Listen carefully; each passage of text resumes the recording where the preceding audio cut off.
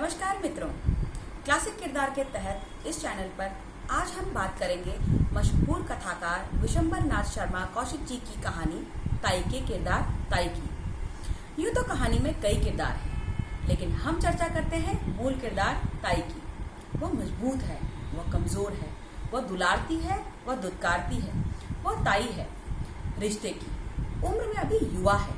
वह ताई जिसका नाम कहानी में रामेश्वरी है, वह आदर्श नहीं है, बिल्कुल सफेद हीरो या बिल्कुल ग्रे विलन की तरह नहीं, मिला जुला रूप है। इंसान ऐसे ही तो होते हैं, ऐसे ही तो मनोभाव आते हैं।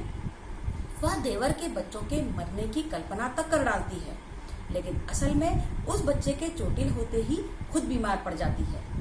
ताऊ यानी इनके पति आदर्श व्यक्ति हैं, भाई के बच्चों को अपना ही समझते हैं, मान चुके हैं कि अब उनके अपने बच्चे नहीं होंगे, लेकिन ताई हैं कि उम्मीद का दिया जलाए हुए हैं।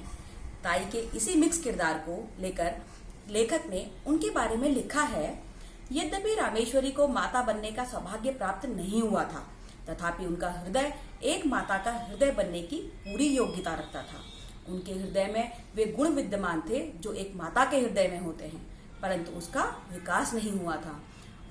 उसका हृदय उस भूमि की तरह था जिसमें बीज तो पड़ा है, पर उसको सींच कर और इस प्रकार बीज को प्रस्फुटित करके भूमि के ऊपर लाने वाला कोई नहीं।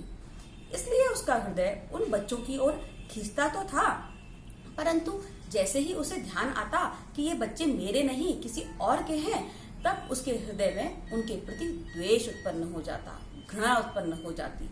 विशेषकर उस समय उसके द्वेष की मात्रा और बढ़ जाती जब वह यह देखती कि उसके पति उन बच्चों पर प्राण देते हैं जो कि उसके अपने बच्चे नहीं हैं। कहानी की शुरुआत बच्चे की उस जिद से होती है जब वह अपने ताऊ से एक रेलगाड़ी लाने की जिद करता है। ताऊ पूछते हैं कि ताई को उस पर बिठाएगा या नहीं।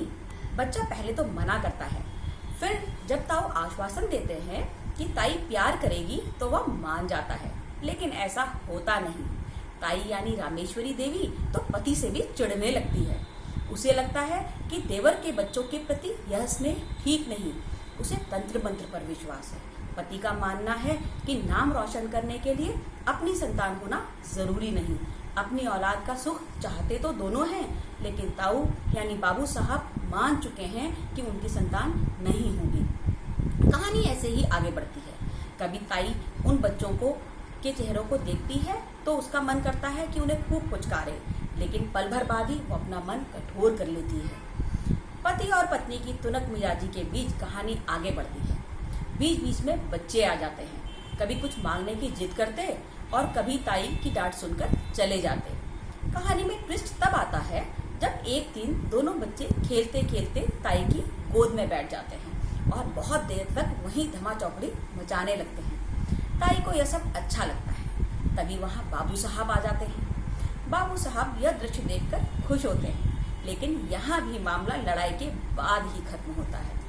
ताई जब जब उन बच्चों को देखती, उसे अपनी संतान होने की ललक और होने लगती। एक दिन ऐसे ही विचारों में मग्न वह छत पर टहल रही थी कि बच्चा आ जाता है।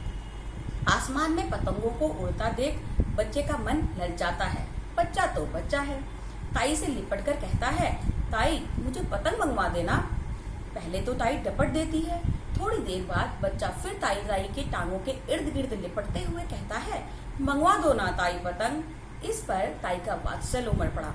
शायद वह बच्चे को पुचकार कर कहने ही वाली थी कि मंगवा दूंगी, लेकिन बच्चा तो चंचल है, उससे इंतजार कहाँ होना था। वह तुरंत कह उठता है, नहीं मंगवाओगी तो ताऊ से पिटवा दूंगा। बस फिर क्या था, ताई के मन में बच्चों के प्रति हद से अधिक घृणा हो गई। उसने बच्चे को झटका और फिर वह उनके मरने तक की कामना कर बैठी, लेकिन बच्चा तो बच्चा है, फिर खेलने में मगन हो गया। तभी एक पतंग कटकर आती है और उसे लूटने के चक्कर में बच्चा छज्जे से गिर जाता है। इस दौरान उसकी कातर पुकार सुनकर ताई उसे बचाने के लिए दौड़ती तो है, लेकिन सफल नहीं होती। बच्चा गिर ही जाता है। इस दृश्य को देखकर ताई जोर से चीखती है और बीमार हो जाती है।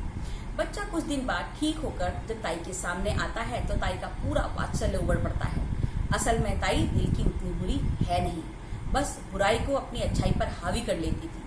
तो पति को यह समझाने के लिए या तो कि बच्चा हमारा भी होगा, तंत्र मंत्र करो, या फिर मैं इन बच्चों के लिए अच्छी क्यों बनूं जो मेरे नहीं हैं, इस मनोभाव से शायद। आखिरकार वह भी तो महिला ही थी, माँ का दिल रखने वाली महिला।